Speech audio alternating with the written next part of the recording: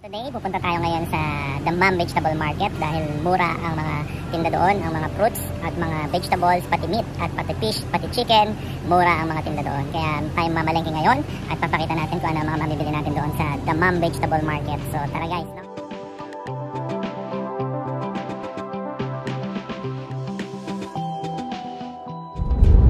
Medyo foggy yung umaga natin, medyo magsisimula na yata ang winter. Ang winter ay malapit na at magiging taglamig na dito sa Saudi. So yung umaga natin ngayon ay medyo malamig, kaya kung titingnan natin, ang AC natin ay nasa 1 lang kasi medyo malamig. Kaya malamig tayo ngayon. Cool. Malamig eh. Cool. Okay, so hanggang mamaya guys ay makakarating din tayo sa ating paroroonan. So stay put hanggang sa makarating tayo sa Dammam Vegetable Market. Ayan. Mamaya nakita natin. In 400 meters, make a U-turn. Nagsalita na ang ating Google at tayo ay sabi niya mag-U-turn daw tayo after 400 meters. Hindi tayo nag-U-turn. Head northwest. Try naman natin ang different road para mayroon naman tayong panibagong daan na matutunan. Ayan. Buti na lang may Google, no? Hindi ka na maliligaw. Galing talaga ng technology ngayon. Ganda ng mga ginawa ng mga technology upang mapabilis ang ating buhay. Ayan. Kaya maraming namamatay. Mabilis na tayo. Mabilis. In 500 meters, turn left. Ayan. Puro instant, no?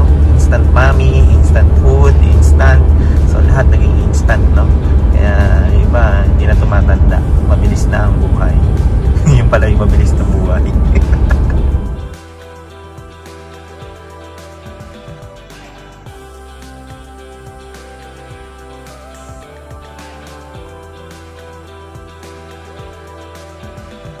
Ayan guys, nakikita natin ang Dammam Supermarket, pero dito tayo sa meat, poultry and fish.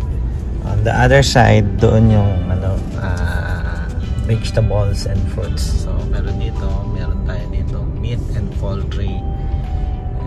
Ayan guys, ang daming vegetables. So truck by truck ang vegetables.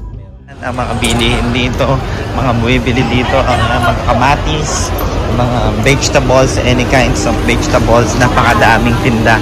Makikita nyo guys, nakabili tayo ng 1 box na tomato for only 20 real and pepino 1 box also for 15 real. So napakamura niya kumpara sa mall. Sa mall, 1 kilo is 10 real. I think this is 5 kilo. So 100 reals na yan sa mall. 45 real from Pakistan. Yeah, honey mango. 6 pieces siya for only 25 SAR. At malalaki siya actually. So napakaganda ng papayang nabili ko. Kailangan ko to kasi vitamins, kasi nga nagpapalinaw tayo ng mata. This is very cheap but tasty, sweet. This is melon. Always I buy in this store because it's sweet. So and the people here are good. Yeah.